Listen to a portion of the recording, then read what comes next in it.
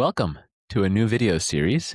This one's going to cover partial identification and sensitivity analysis in linear regression models. This is going to be a change of pace from some of the topics we've covered earlier on this channel, but I still think it's a very useful tool, and so I wanted to cover it. And the main theme of this series is what to do if we have an important question that we want to know the answer to, but we don't have a valid identification strategy or experimental or quasi-experimental design. And to motivate this, I wanted to cover some recent advances in instrumental variables that are raising the bar on what counts as a credible instrumental variables analysis. Understanding the limitations of instrumental variables can help us to understand when these other tools like sensitivity analysis could be useful.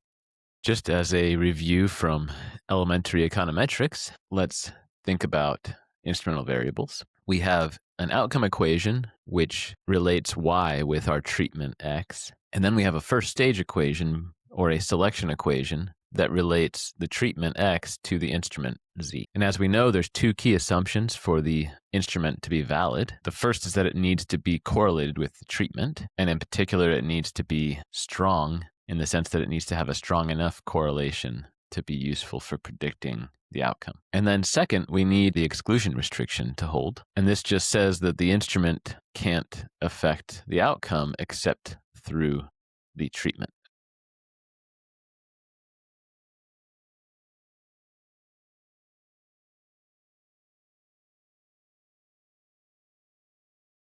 And as we'll see momentarily, there's several recent papers that have raised the bar on what counts as a credible instrumental variable analysis. And in particular, we'll go through three papers that I found illuminating, and these have all come out between 2020 and 2025. The first is a paper by Jonathan Mellon.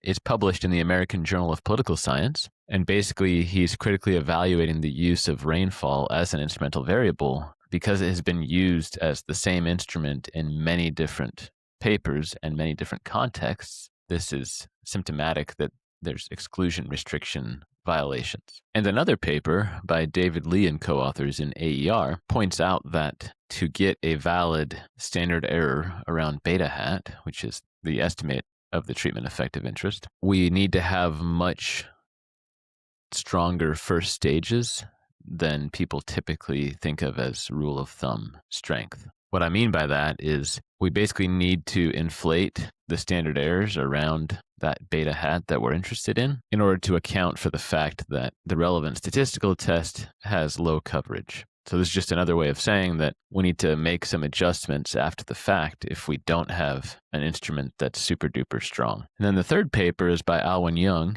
published in European Economic Review. And this paper shows that a lot of the instrumental variables papers that have been published in the journals of the American Economic Association are actually quite sensitive to outliers. And so this reduces the credibility of the published results. Let's talk a little bit more about Jonathan Mellon's paper. And what he does is he documents 192 different papers that are using weather as an instrument. And then he creates this awesome graph of how all of those papers are organized, what sort of questions they're asking and answering using rainfall as an instrument. So rainfall is in the center of the image. It's green. It's the instrument, and it's pointing to all these different orange circles, which are different treatments that different papers are studying. And if it's a bigger circle, that means more papers are studying that particular treatment. And then the purple circles are outcomes, and those are also proportional to the number of studies that are using those. And so the story here is that there's potentially a lot of exclusion restriction violations happening in this literature that's using rainfall as an instrument for whatever treatment they're interested in.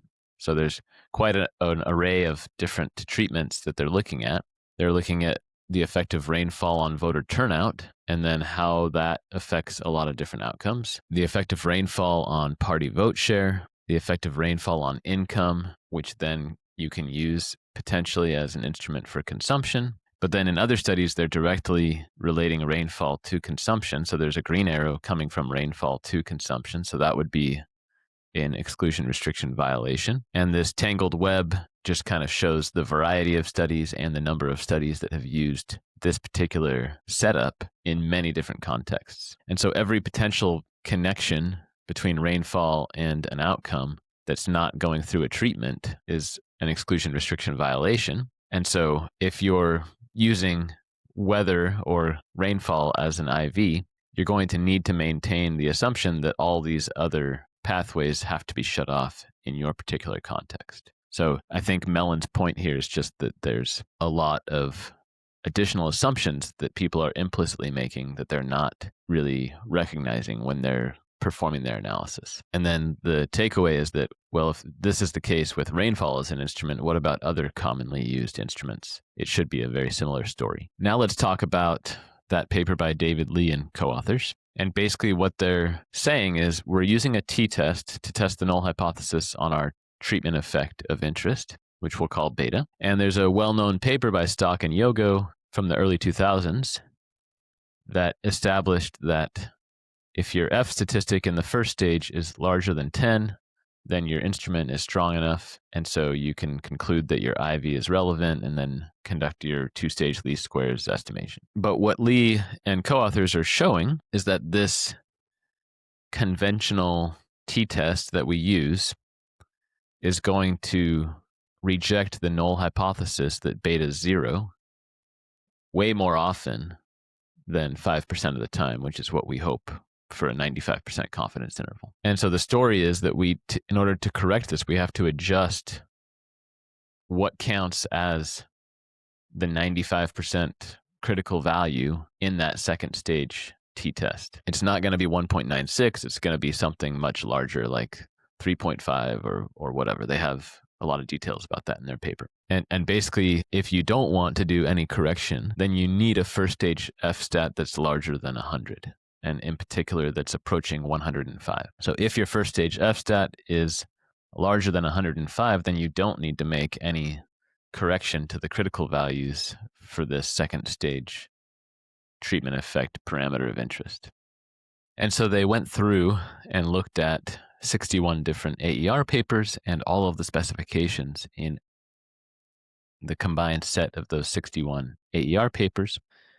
And they did their appropriate adjustments and showed that in 25% of those papers, the 5% significance level standard errors were over 50% larger. So the implication here is that in some of these published AER findings, these conclusions would flip their significance. So in other words, several papers that have been published in AER that report their results as being significant would no longer be significant if we applied this procedure. Let's move on to Alwyn Young's study. And his is about how sensitive instrumental variables is to influential or potentially influential observations. And his main critique is that in practice, instrumental variables has low power, which is just another way of saying that IV estimates of whatever treatment effect we're interested in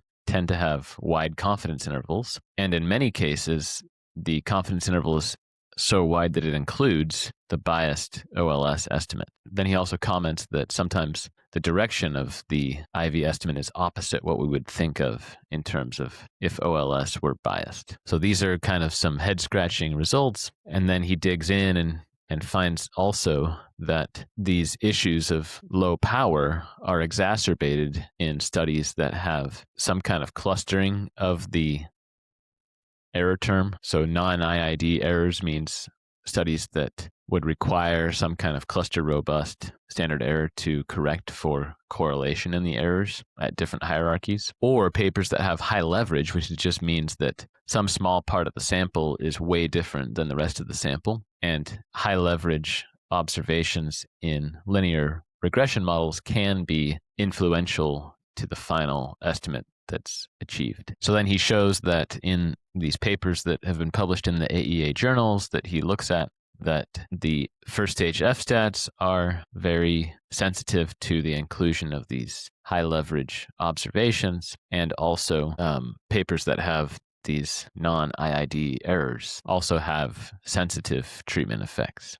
So the main critique here is one of credibility of the instrumental variables estimation procedure and how it's used in practice in articles that have been published in outstanding outlets. I don't view any of these papers as implicating any particular instrumental variable study, but rather just providing caution on IV as a practical empirical tool. So given these critiques and limitations of IV, maybe we just shouldn't do it. And if we aren't going to use IV, then what can we do instead? Well, there's three options that we have. One is to just try to eliminate omitted variable bias in our OLS regression as much as we can. And we've talked about that in prior videos on this channel. Another option is to just throw our hands in the air, walk away, and admit that we can't get a causal effect in this particular setting. And then a third option is to use what's called partial identification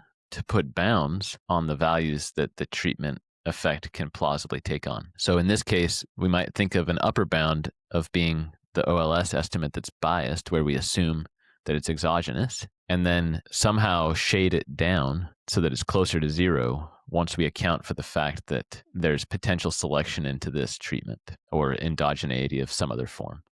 So that's what we mean by partial identification. Instead of reporting one number, that's what's my treatment effect estimate, we instead are reporting an interval of estimates between these two bounds that say this is the plausible range of values that this treatment effect could take on. So that's a little bit about limitations in instrumental variables that motivates our use of this partial identification approach. And in the next video, we'll go deeper into that partial identification approach. And in particular, we'll try to be formal and proper about taking into account the information that we have in our data and what that could imply about how the information that's not in our data could undermine our analysis. And the goal here is to just make it transparent what we're assuming so that we can get credible estimates of whatever treatment effect we're interested in. So I hope that you found this enlightening. This is stuff that I find really interesting, and I hope to see you in the next video as well.